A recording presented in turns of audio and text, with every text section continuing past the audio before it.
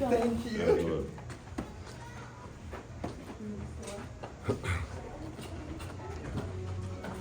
Well, a special day here, but it is practice number 9. We count this as one of our 15 practices, so it's our third day of what we call spiders and helmets. Just really, really excited about the growth of our guys. We had a big scrimmage last night. Couldn't be more impressed with just our growth of our guys. Obviously, we have 8 opportunities before last night to get better, and they really did a good job of doing that.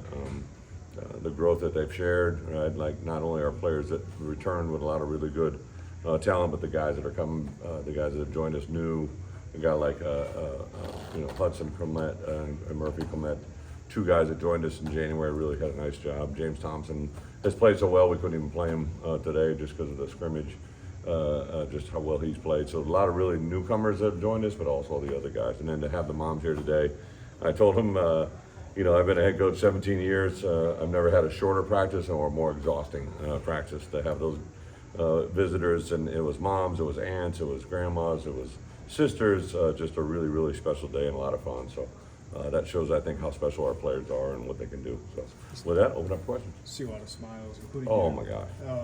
Why is this important to you? What does this serve for you? So what we did is we kind of literally set the day up like their sons have every day. I wanted them to walk the walk of their sons, right? So we set up a meeting.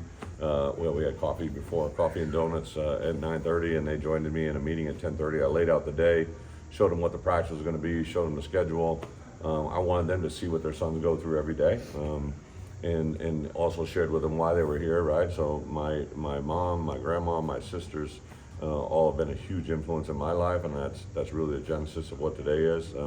So it's something that meant a lot to my heart, and I shared that with the parents and what that meant. But I think that there's 120 plus Division I programs.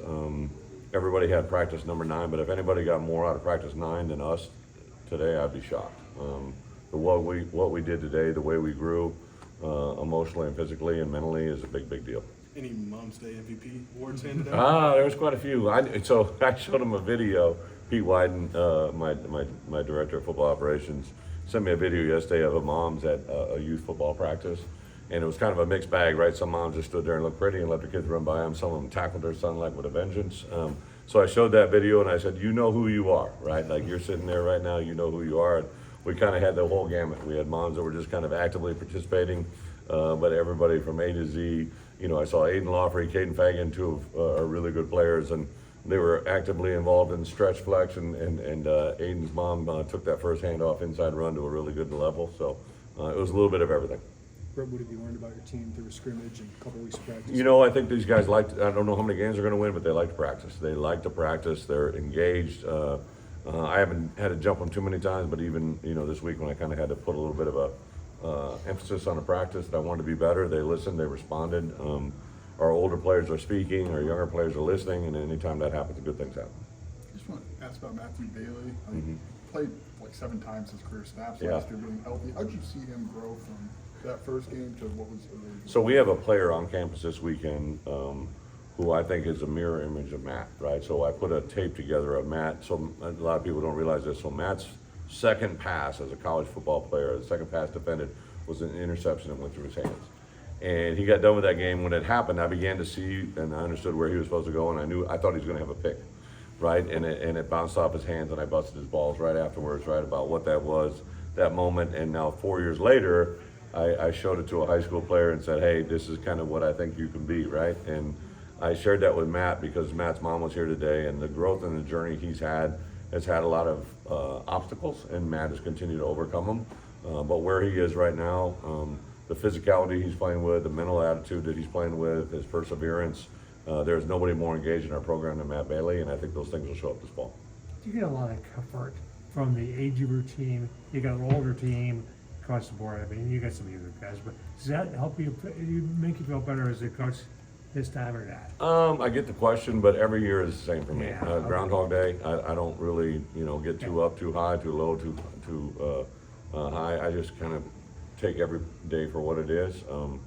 Thursday I was very blessed. I was Bill Zaruzin was one of our best donors, one of our best alumni that just really kind of does a really good job for our program. And I went to to Topless T-Town and spent the whole day, and to see and be around him and his sons and realize they're fans of ours, right, supporters of ours, but the way they believe in us, I think to come into our program Thursday night and to watch our players and then see them practice Friday, there's never been a time in my history where our donors are more in line with our players about what they believe in, what they think of, what they believe in, and that's probably my more enjoyable moment.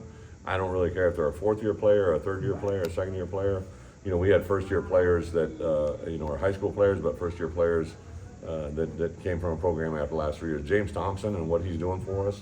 Leon Lowry, I'll just take 3 guys, James Thompson, Leon Lowry, and Kurt Neal, 3 guys that came from another Division I Big Ten program. What they've done since January to get to where they are today has been, in my opinion, mesmerizing. Like, they're just buying in and totally selling into what they believe in, and the results are they're really good players.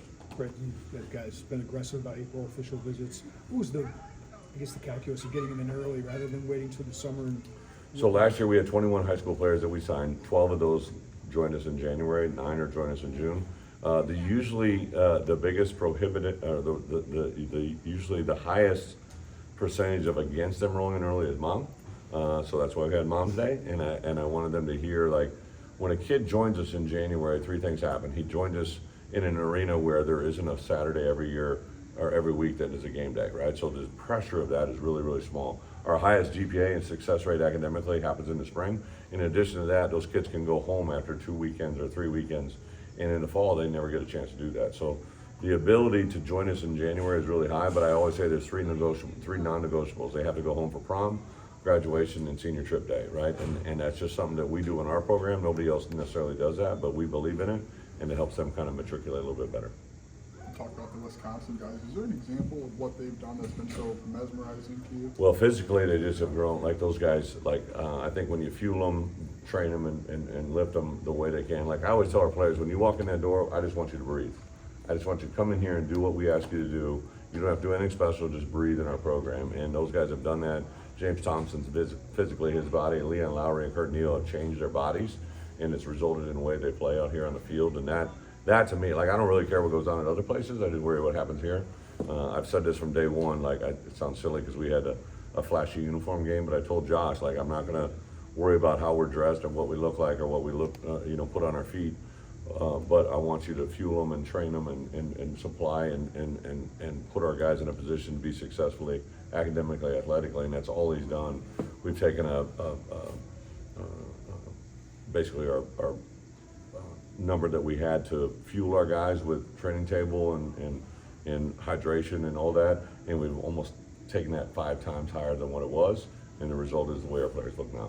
The Mom's Day deal you got set up, is that unique to Illinois? Did you ever do that before? Or just I've never done it anywhere but here at Illinois, and I shared that with the moms. Like, the reason today happened, and I showed them slides of my sister and my mom, Right. And my grandma and my daughters, right? And women see the world differently than men. I think that's a very important thing to all of us realize. Like, we say it, but we don't know what it means. But women see things through the lens of what they are and who they are that we can never comprehend as men. And I think that's one of the benefits I've had in life as I've gotten older, is the way they see things and understand things is very beneficial if you can comprehend what it means. And that's why today happened. Right, have you seen Last one anything here. different from Luke as he enters this spring after the season? Yeah, extremely confident.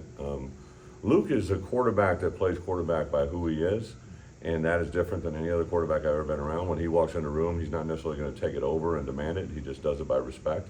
And I think our players really respect who he is. He's making throws, he's making completions, he's making decisions out there that I've never seen him make, and the result are we're going to play very well. Thank you, guys. Thank you. Appreciate it, guys.